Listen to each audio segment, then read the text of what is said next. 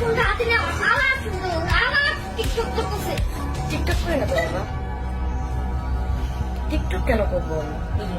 মিথ্যাটা বল তাই না টিকটক করবো কেন মিথ্যাটা বলা তো মিথ্যে কথা বলে আল্লাহ তোমার কিভাবে বললা আল্লাহ তোমার কিভাবে বলনি আল্লাহ আমাকে তোমার মামুনি বানাইছে।